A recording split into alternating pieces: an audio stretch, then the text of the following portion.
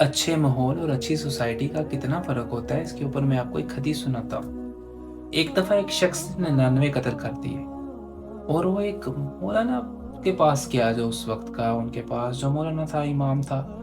انہوں نے جا کے کہا کہ میری توبہ قبول ہو جائے گی؟ تو ان مولانا نے کہا کہ نہیں، آپ کی توبہ تو نہیں قبول ہوگی، آپ نے تو 99 قتل کیے ہیں، 99 قتل کیے ہیں۔ تو انہوں نے مولانا کو بھی قتل کر دیا، تو ان کے 100 قتل پورے ہو گئے۔ تو وہ اسی طرح پھر دوبارہ غفلت میں پڑ گئے کہ یار میری تو توبہ قبول نہیں ہوگی۔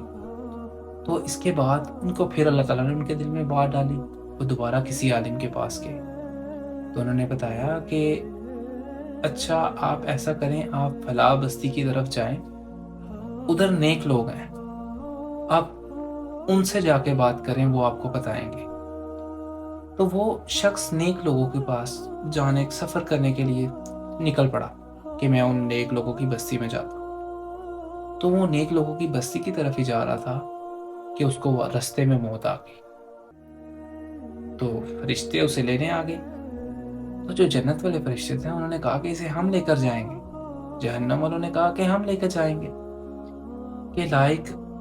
جہنم والوں نے کہا یہ تو اتنا بڑا قاتل ہے۔ جو جنت والے تھے انہوں نے کہا کہ یہ تو نیک بندہ ہے، اس نے تو اللہ سے توبہ کی ہے، توبہ کرنا چاہتا تھا۔ فرشتے جب یہ معاملہ اللہ تعالیٰ کے پاس لے کے گئے تو اللہ تعالیٰ نے کہا کہ زمین کو چیک کرو کہ اگر تو اس شخص کے قدم نیکی والوں کے قریب ہے تو اسے جنت میں ڈال دو، اور اگر وہاں سے دور ہے تو اسے جہنم میں ڈال دو۔ تو کہتے ہیں کہ اللہ تعالیٰ نے زمین کو حکم دیا کہ اس کا جو نیکی کا راستہ تھا، یہ نیکی کی طرف جو چل کے جا رہا تھا، وہ قریب ہو گیا، مطلب اس کے فٹ سٹیپ زیادہ ہو گئے نیکی کی طرف، اور زمین پتلی ہوگی، زمین چھوٹی ہوگی کہ لائک یہ نیکی کی طرف زیادہ جا رہا، ان کے قریب پہنچ گیا، تو اسے جنت میں ڈال دیا گیا۔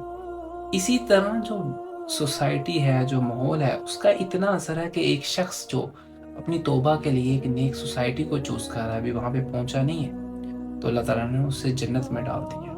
اس طرح ایک لوکل مثال دی جاتی ہے، آپ نے اکثر سنی ہوگی کہ انسان اگر خوشبو کی دکان میں بیٹھے تو وہاں سے باہر نکلے، بے شک خوشبو خریدے، لگائے یا نہ لگائے، اس کے اندر سے خوشبو آتی۔